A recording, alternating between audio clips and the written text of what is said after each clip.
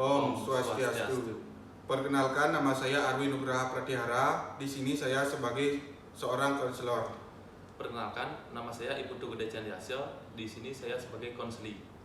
Adapun di sini kami berdua yaitu akan mengerjakan tugas video dari mata kuliah praktikum konseling individual.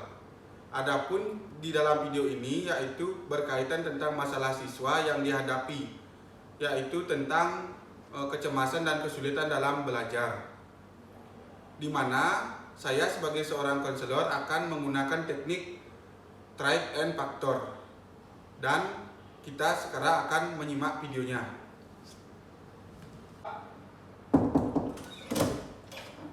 Permisi Pak. Permisi, silakan masuk. Ya Pak. Silakan duduk. Ya, Gede. Di sini Bapak ingin Gede tenang terlebih dahulu, merasa nyaman lah di ruang Bapak ini. Ya Pak. Bapak menyambut Gede di sini ala kadarnya ya, tidak ada apa-apa. Kalau Bapak boleh tahu, Gede kesini pasti mempunyai sebuah masalah. Kalau Bapak boleh tahu apa permasalahan yang Gede hadapi sehingga Gede bisa datang menemui Bapak. Ya Pak. Di sini saya tuh merasa cemas karena takut kehilangan orang tua. Artinya takut orang tua itu meninggal Pak. So Gede mempunyai kecemasan tentang orang tua Gede sekarang ini meninggal. Iya.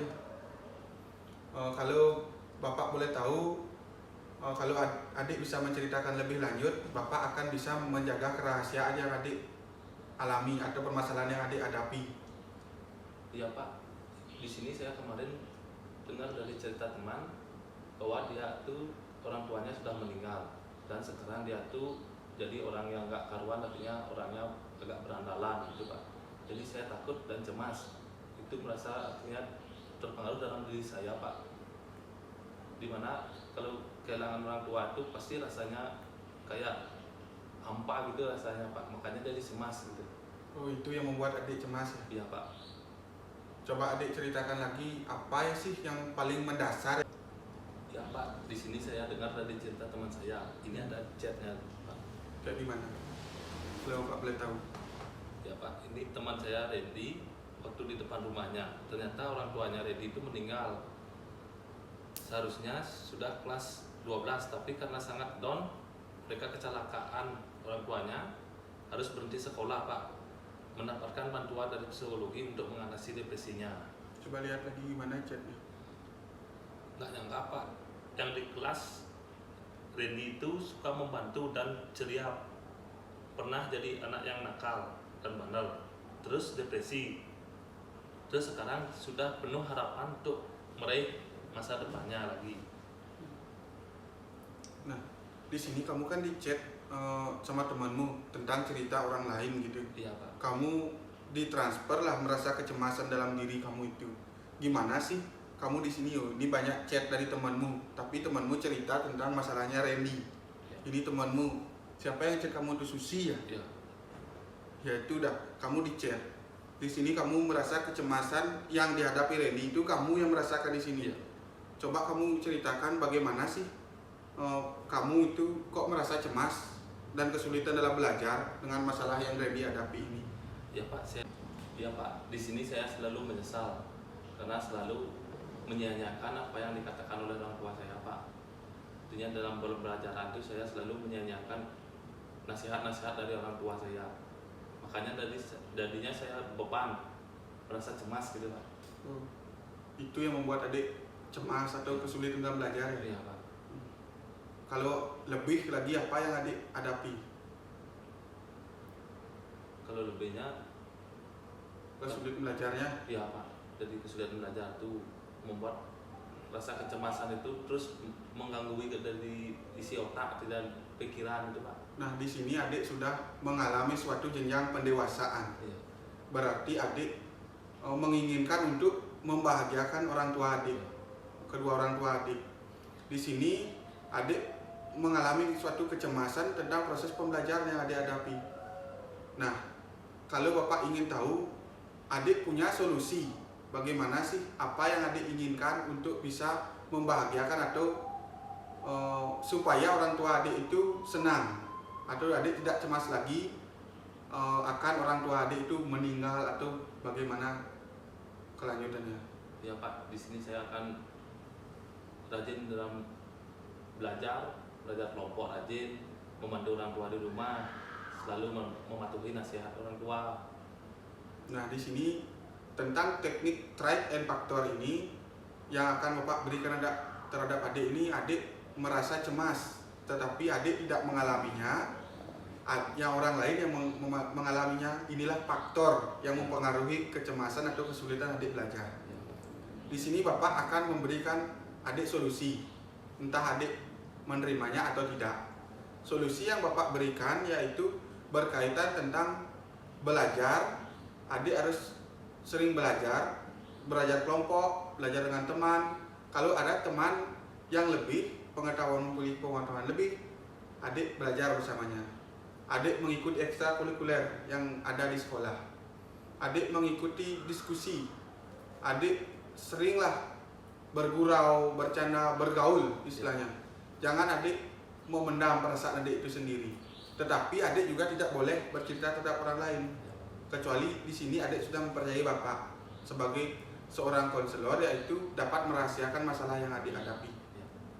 Nah, dari solusi yang Bapak berikan itu, adik harus seperti yang adik katakan tadi kan, membantu orang tua supaya menghilangkan kecemasan yang adik hadapi. Dan Bapak sudah juga memberikan solusi. Bapak, di sini saya mau berubah Pak, untuk membantu orang tua itu gimana caranya Pak? Bisa Bapak memberikan solusi gimana caranya untuk membaikkan orang tua gitu? Nah, dari yang adik ceritakan tadi, semua permasalahan yang adik hadapi, kecemasan dan lain sebagainya ini, nah adik meminta solusi dari Bapak. Apa sih yang bisa saya lakukan untuk bisa membahagiakan orang tua seperti itu? Ya. Nah, Bapak sih hanya bisa memberikan solusi, akan tetapi apakah adik bisa menerima ataupun tidak. Solusi ini tentang materi yang Bapak sampaikan tadi tentang teknik tried and factor ini berpengaruh sekali terhadap apa yang adik rasakan tentang kecemasan ataupun tentang kesulitan belajar.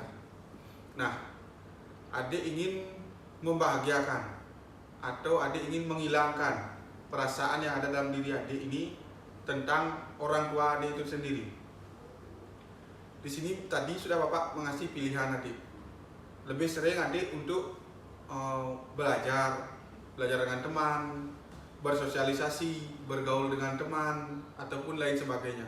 Disinilah akan memicu adik itu mempunyai pikiran, oh gini loh teman-teman kita. Apakah misalnya dia kayak gini, kita lebih semangat. Disinilah kita akan menumbuhkan rasa bagaimana kita mengerti supaya bisa membahagiakan orang tua kita. Dimana kita jika bertemu dengan orang tua, baik kita bersapa, bercerita, ceritakan apa yang adik rasakan. Ibu, bapak, saya seperti ini loh. Biarkan orang tua juga memberikan solusi terhadap anaknya. Dimana dari jenjang ataupun kecemasan yang sudah belajar ini, yang adik rasakan itu tentang faktor seperti adik cerita itu tentang orang lain. Di sini faktor-faktor yang mempengaruhi inilah yang perlu adik ceritakan terhadap orang tua. Pasti orang tua membimbing adik. Adik ini akan meningkatkan atau mendewasakan diri adik sendiri. Di mana adik membantu orang tua seperti yang adik katakan tadi loh. Adik membantu orang tua, kurangilah adik bermalas-malasan dan lain sebagainya. Cuma itu yang Bapak bisa sampaikan. Kalau ada adik memiliki hati atau mengganjal adik, Pak seperti ini bisa gak? Apakah adik memiliki itu? Enggak Pak. Nah, di mana sekarang jikalau adik, apa yang adik sudah rasakan, apa yang adik sudah pahami setelah Bapak menyampaikan solusi ataupun pendapat Bapak ini, apa yang sudah adik rasakan? Ya Pak, di sini saya udah mulai berpikir tentunya untuk berpikir dewasa lagi Pak, untuk membagikan orang tua itu kayak gimana gitu. Jadi pendapat pendapat saya di sini ingin selalu membahagiakan orang tua gitu. Oh, intinya adik perlahan ke depan ini bisa berubah, Ya. ya, menjadi lebih baik. Adik bisa mengurangi kecemasan yang dirasakan. Sekarang Bapak bisa memberikan adik solusi, tetapi keberlanjutan. Pasti keberlanjutan akan memberikan adik dampak dalam diri adik ini. Oh, sekarang adik mempunyai niat untuk merubah istilahnya. Adik akan berubah untuk bisa membahagiakan orang tua, pasti bisa. Perlahan tapi pasti bisa. Di sini Bapak Gede sudah banyak sekali Bapak memberikan solusi, semoga Gede lega. Seperti yang Gede katakan tadi, mau untuk berubah ke depannya. Nah, apakah Gede mau melanjutkan lagi atau Gede akan melanjutkan sekarang atau melanjutkan lain waktu? Ya, kalau nanti lain waktu, kalau ada waktu kita lanjutkan lagi Pak. Kalau untuk sekarang udah cukup ya, sekian. Oh iya, ruang Bapak ini akan selalu terbuka untuk Gede. Bapak juga akan selalu bisa membantu Gede kalaupun Bapak ada waktu ya. Pasti Bapak akan membantu.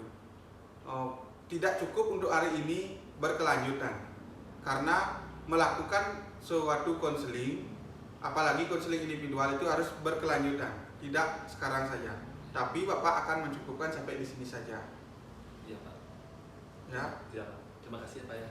Ya, silakan Bapak tidak berpanjang lebar lagi. Ya Pak. Terima kasih ya Pak ya. Ya. Sampai bertemu lain waktu Pak. Ya, Bapak tunggu Ya. hadir kamu. Ya Pak. Terima kasih Pak ya. Ya. Ya, sekian video yang sudah kami buat tadi berdua. Jika ada kesalahan mohon dimaafkan, karena kami di sini masih sama-sama belajar untuk menjadi lebih baik. Adapun kritik dan saran kami tunggu dari pemirsa penonton video. Nah, di sini kami akan mengakhiri dengan Paramo Santi. Om Santi Santi Santi Om. Terima kasih. Oke. Ya. Di sini kami menginginkan kritik dan saran yang sifatnya untuk membangun, guna memperbaiki video yang kami buat ini. Sekian video dari kelompok kami akhiri dengan mengucapkan Paramo Santi. Om Santi Santi Santi Om. Terima kasih.